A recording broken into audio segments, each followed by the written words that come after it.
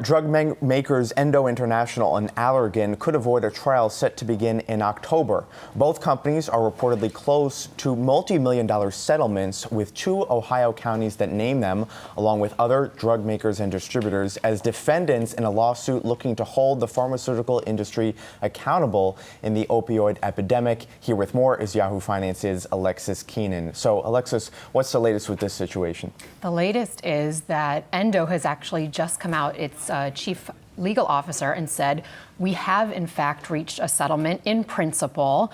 So big news there, confirming what the Wall Street Journal had suspected, saying that the company will pay $10 million for this particular lawsuit brought by the 2 counties in Ohio, just that. So it's just exclusive to that.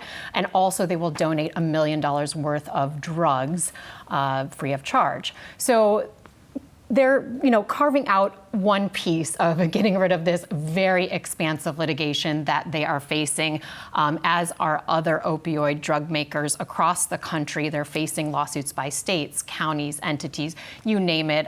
The liabilities here are very, very hard to predict. As they should. And it's really interesting to look at, and to your point on hard to predict, because you have the 10 million here. We had, conversations about other numbers last week. We looked at what happened in Oklahoma with such a large settlement. So the varying amounts, and it's just going to also depend on, how much of the population was affected and how much they go after it. So it's really tough to see, the future of these companies and how they're going to be affected by this, right? So Endo's chief legal officer actually said, which, we won't hold our breaths, said, well, don't use this as indicative of what's to come across the country. I think that's, it's going to be hard pressed to force anybody, plaintiffs' attorneys particularly, to not at least use that as some sort of indicator, that $10 million. But yeah, there's so many factors in play. If you look at the litigation that just finished arguments in Oklahoma, another bellwether trial like the Ohio cases, that one just wrapped up, and Purdue got out of that case for $270 million.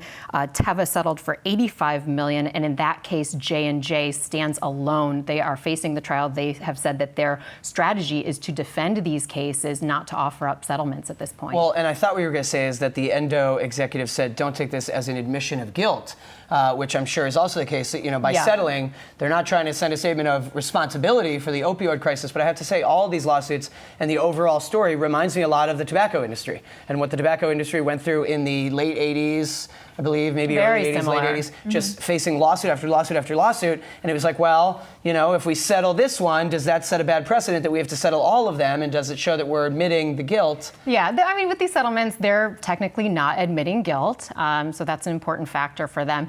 And Endo has said that this is representative of how much it would have cost them to take this particular trial through all the way. Wow. All right. Alexis, thank you so much for that. We appreciate it. A story that is not going to go away.